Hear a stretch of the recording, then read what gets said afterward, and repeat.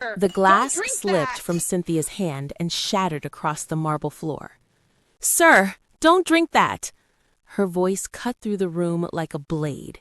Mr. Kang froze, the glass of wine inches from his lips. His eyes snapped toward her, sharp, irritated, confused. "What is wrong with you?" he snapped. "Do you know how much that glass costs?" Cynthia's chest rose and fell rapidly. Her hands trembled. She didn't look at the broken glass. She didn't look at the spilled wine. She stared at him. "Please, don't drink it," she said again, her voice lower now, but firmer. Mrs. Kang stood up slowly, her expression darkening. "Have you lost your mind?" she said coldly. "You dare interrupt dinner like this?" Cynthia swallowed. This was it. There was no going back. "Madam, that drink, it's not safe." Silence. Heavy, dangerous silence. Mr. Kang slowly placed the glass back on the table. His eyes narrowed. "What are you talking about?" Cynthia hesitated for just a second. Then everything changed. 3 weeks earlier, Cynthia kept her head down as she scrubbed the kitchen counter, her fingers already sore from the day's work. The sound of heels clicking against the floor made her stiffen. Mrs. Kang. "You missed a spot," the woman said sharply. Cynthia paused, glanced at the counter, then quietly wiped the same place again. "I'm sorry, ma'am." "Sorry?" Mrs. Kang scoffed. "Sorry doesn't clean my house properly." Cynthia said nothing. She had learned quickly. Talking back only made things worse. "You people always do the same thing," Mrs. Kang continued, her tone dripping with contempt. "Lazy, careless." Cynthia's grip tightened on the cloth, but her face remained calm. "Yes, ma'am." From the dining area, Mr. Kang's voice echoed. "Is dinner ready or not?" Cynthia moved quickly. "Yes, sir, almost done." Mrs. Kang rolled her eyes. "Hurry up. My husband doesn't like waiting. Or do you need me to remind you of that too?" Cynthia nodded silently and rushed to finish plating the food. That was her life in the Kang household. Invisible when things were right, blamed when anything went wrong. Later that night, as she cleared the table, Mr. Kang didn't even look at her. "Next time, the soup should be hotter." "Yes, sir." "And less salt." "Yes, sir." Mrs. Kang smirked slightly. "Maybe she doesn't understand Korean properly." Cynthia lowered her gaze. If only they knew. She understood more than they thought. Much more. That night, as she washed the dishes, she heard laughter in the living room. Soft at first, then louder. It wasn't Mr. Kang's voice. She paused. Another man? She leaned slightly, just enough to hear. "You shouldn't come here so often," Mrs. Kang said, her tone playful. "And miss you? I don't think so," a man replied. Cynthia's heart skipped. That voice? Min Jae, Mr. Kang's closest friend. She slowly continued washing, quieter now, her ears straining. "What if he finds out?" Mrs. Kang asked, her tone nervous. "He won't," Min Jae replied confidently. "He trusts me too much." A soft laugh followed. Cynthia froze. Her hands trembled under the running water. "No one will ever suspect," Min Jae added. Cynthia's breath caught. She moved carefully, trying not to make noise. Then she heard it, a sound that made her stomach drop. A kiss. She shut her eyes tightly. No, this wasn't her business. She shouldn't be listening. But she couldn't move. "You belong with me," Min Jae whispered, "and you know it." Mrs. Kang didn't respond immediately. Then softly, "I know." Cynthia stepped back, her heart pounding violently. This was bad. Very bad. The next morning, everything looked normal. Too normal. Mr. Kang sat at the table reading the newspaper. Mrs. Kang poured him coffee like nothing had happened. "Your meeting today, don't forget," she said sweetly. "I won't," he replied. Cynthia stood in the background, watching silently. Her mind raced. Should she say something? No. Who would believe her? A maid? Against them? She quickly looked down. No, she had to stay out of it. But over the next few days, things became harder to ignore. Min Jae kept visiting, always when Mr. Kang wasn't around. Always laughter, always whispers. One afternoon, Cynthia walked into the living room without knocking, and froze. Mrs. Kang jumped back, adjusting her dress. Min Jae stood up. Cynthia's eyes widened, but she immediately lowered her head. I came to clean," she said quietly. Mrs. Kang's face hardened. "Don't you knock," she snapped. "I'm sorry, ma'am." Min Jae chuckled lightly. "Relax, she's just a maid." Cynthia felt the words hit her, but she stayed still. Mrs. Kang stepped closer to her. "You didn't see anything," she said coldly. Cynthia nodded quickly. "Yes, ma'am." "And you won't say anything?" "Yes, ma'am." Mrs. Kang stared at her for a moment longer, then turned away. "Finish your work and leave." Cynthia swallowed. "Yes, ma'am." As she cleaned, her hands shook slightly. This was dangerous. Very dangerous. That night, as she lay in her small room, she stared at the ceiling. "I should stay quiet," she whispered to herself. "They don't care about me. Why should I care about them?" But something inside her didn't sit right. Something felt wrong, and she couldn't shake it. Back in the present, standing in the dining room, Cynthia's voice trembled but didn't break. "That drink is poisoned." Mrs. Kang's face turned pale for a split second, then hardened instantly. "That's a lie," she said sharply. "She's trying to cause trouble." Mr. Kang looked between them, his expression unreadable. "Cynthia," he said slowly, "you better explain yourself." Cynthia took a deep breath. Her heart pounded like it would burst out of her chest. This was the moment. "I heard everything," she said. Mrs. Kang's eyes flashed. "Heard what?" Mr. Kang asked. Cynthia looked straight at him. "About the affair." Silence exploded in the room.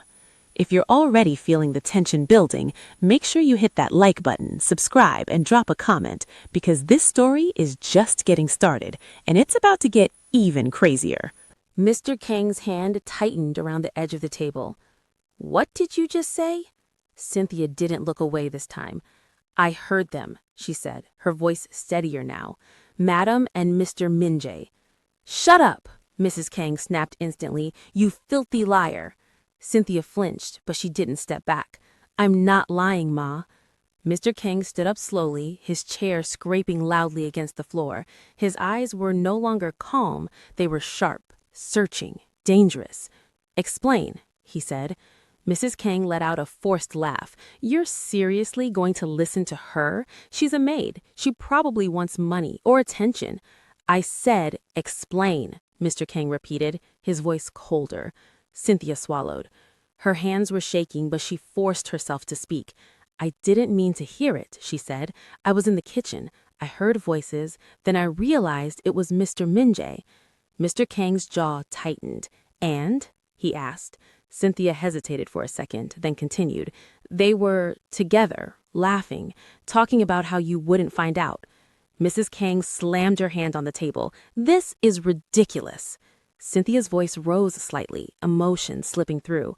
"I also saw them together in the living room." Silence. Mr. Kang slowly turned his head toward his wife. Her expression flickered for a second, just a second, but it was enough. "What is she talking about?" he asked quietly. Mrs. Kang shook her head quickly. "Nothing. She's making things up." Cynthia stepped forward without thinking. "I heard you say he trusts me too much." Mrs. Kang froze. "And I heard him say no one will suspect." Mr. Kang's breathing changed, slower, heavier. "Cynthia," he said, not looking at her, "why are you saying this now?" Cynthia's throat tightened. Because this wasn't even the worst part. Because she hesitated, then forced the words out. "Because tonight she put something in your drink." Mrs. Kang's head snapped toward her. "You stupid girl! Do you even hear yourself?" Mr. Kang looked down at the wine on the floor, then back at the glass still on the table. "Did you?" he asked quietly. Mrs. Kang laughed again, but it sounded different now, strained. Are you serious right now? You're asking me that because of her? Cynthia's voice trembled. I heard it. I heard them talking about it. When? Mr. Kang asked. Yesterday, in the hallway. You weren't home. Mrs. Kang stepped closer to her, her eyes burning with anger. You think you can destroy my marriage with lies? Cynthia shook her head. I'm not trying to destroy anything. I didn't want him to die. Mr. Kang looked at her sharply. That sentence hit something. I didn't want him to die. The room went quiet again. Then suddenly, enough, Mrs. Kang snapped. You've said enough. She turned to her husband, her tone softening instantly. She's trying to manipulate you. Think about it. Why would I do something like that? Mr. Kang didn't answer. He just kept staring at the table, at the glass, at the wine slowly spreading across the floor. Cynthia's heart pounded. She knew this wasn't over, not even close. 3 days earlier, Cynthia was folding laundry in the hallway when she heard voices again, low, urgent. She paused. You're taking too long, Min-jae said. I need to be careful, Mrs. Kang replied. He's already suspicious. Cynthia's hands froze mid-fold. Then end it, Min-jae said. We can't keep sneaking around like this forever. And how do you suggest I do that? Mrs. Kang asked. There was a pause. Then Min-jae spoke again. Make it natural. Cynthia's breath caught. What do you mean? Mrs. Kang asked. An accident, he said calmly, or something slow, something no one will question. Cynthia's heart started racing. No, Mrs. Kang whispered. Yes, Min-jae replied. It's the only way. Once he's gone, everything becomes ours. Silence. Heavy silence. Cynthia couldn't move. You're serious, Mrs. Kang said slowly. Completely. Another pause, then, what do I use? She asked. Cynthia's stomach twist. Min-jae's voice dropped lower. I'll handle that. Cynthia stepped back quietly, her legs weak. This wasn't just an affair anymore. This was something else, something darker. Back in the present, Mr. Kang finally spoke. If what you're saying is true, he said slowly, then prove it. Cynthia blinked. Sir? Prove it, he repeated, because right now this sounds insane. Mrs. Kang crossed her arms, a smirk returning to her lips. Exactly. Cynthia looked at the glass on the table, then at the broken one on the floor. Her mind raced. I don't have proof, she admitted softly. Mrs. Kang let out a sharp laugh. Of course you don't.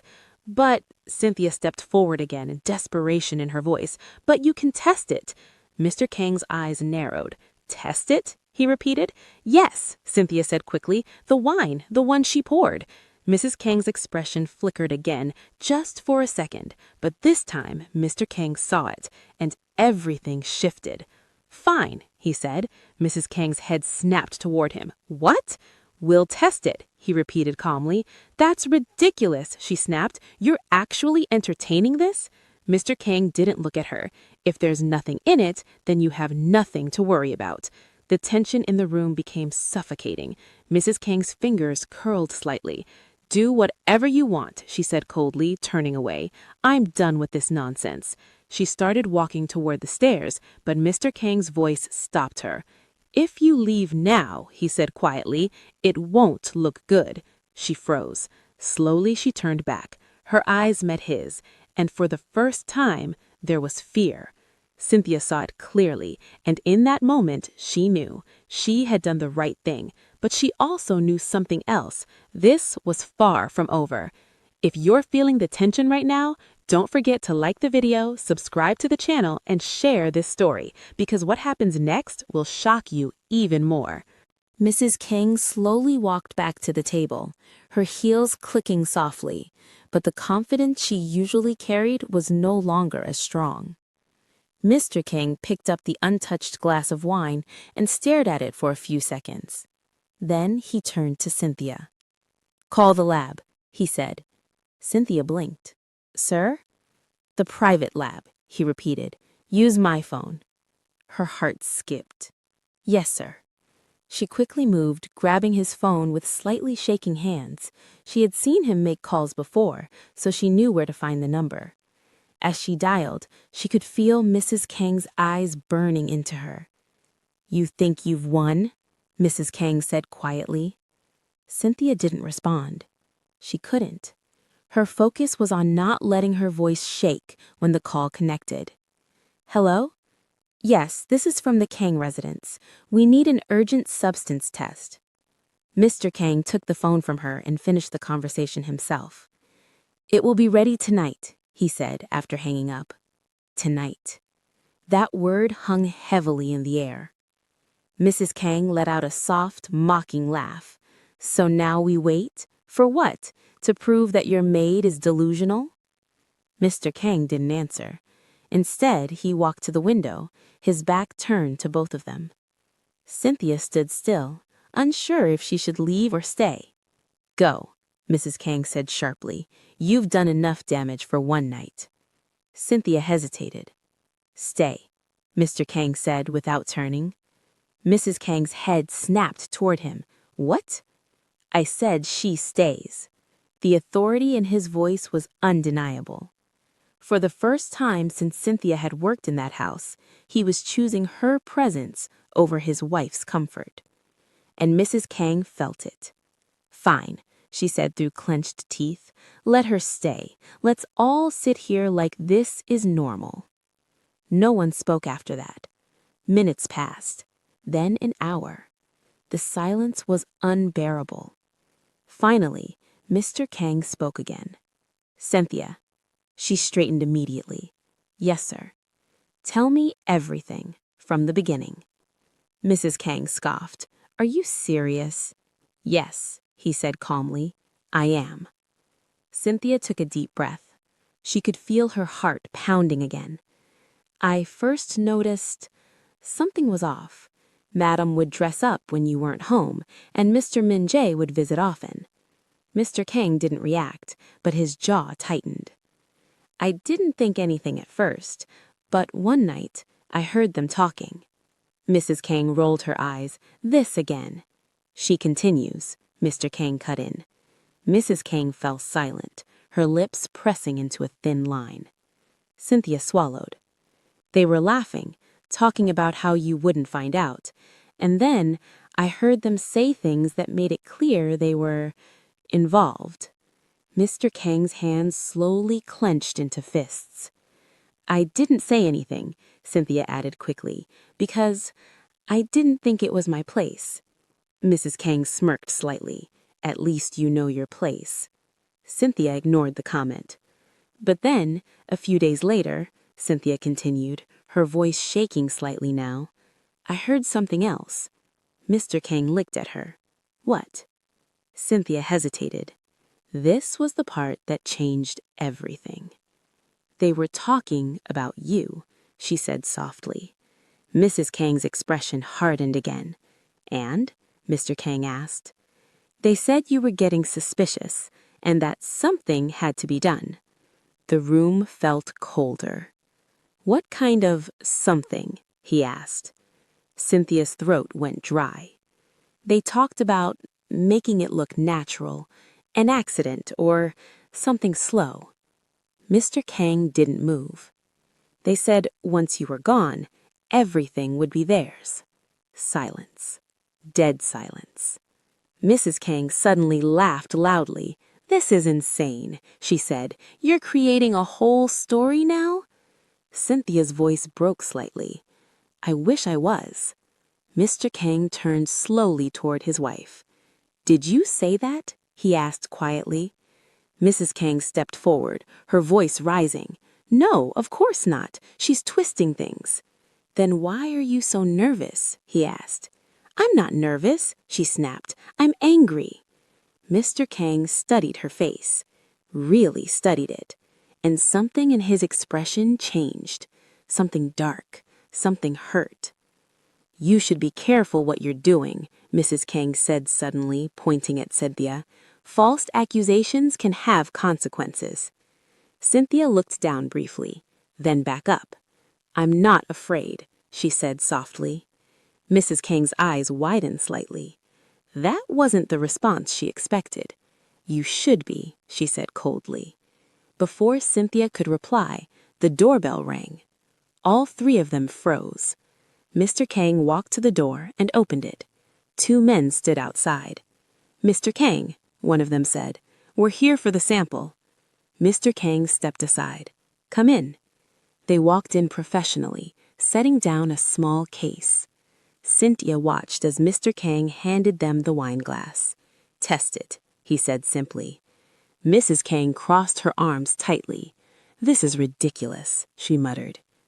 The men worked quickly, taking a small sample. "It won't take long," one of them said. "We'll have preliminary results shortly." Time slowed. Every second felt like a minute. Cynthia's heart pounded louder with each passing moment. Mrs. Kang tapped her fingers impatiently. Mr. Kang stood still, his eyes fixed on the process. Then, finally, "We have something," one of the men said. Everyone looked up. "What is it?" Mr. Kang asked. The man looked at his device again. He hesitated for just a second. Then he spoke. "There is a foreign substance in the wine." Cynthia's breath caught. Mrs. Kang's face went pale. "What kind of substance?" Mr. Kang asked, his voice dangerously calm. The man looked at his device again. "Preliminary analysis suggests it's toxic." The word echoed in the room. Toxic. Cynthia felt a wave of relief and fear crash over her at the same time. Mrs. Kang shook her head immediately. "No, that's not possible." The man continued. "We'll need to run further tests to confirm exactly what it is, but it is not safe for consumption." Mr. Kang slowly turned toward his wife. This time, there was no confusion in his eyes. Only realization. Only betrayal. "You tried to kill me," he said quietly. Mrs. Kang stepped back. "No, listen to me. You tried to kill me," he repeated, louder this time. "I didn't," but her voice faltered. Cynthia watched as everything began to fall apart. Mr. Kang took a step toward his wife. "Was it him?" he asked. "Min Jae?" Mrs. Kang said nothing, and that silence said everything. If you're still watching, make sure you subscribe, like this video, and share it, because the truth is finally coming out, and what happens next will change everything.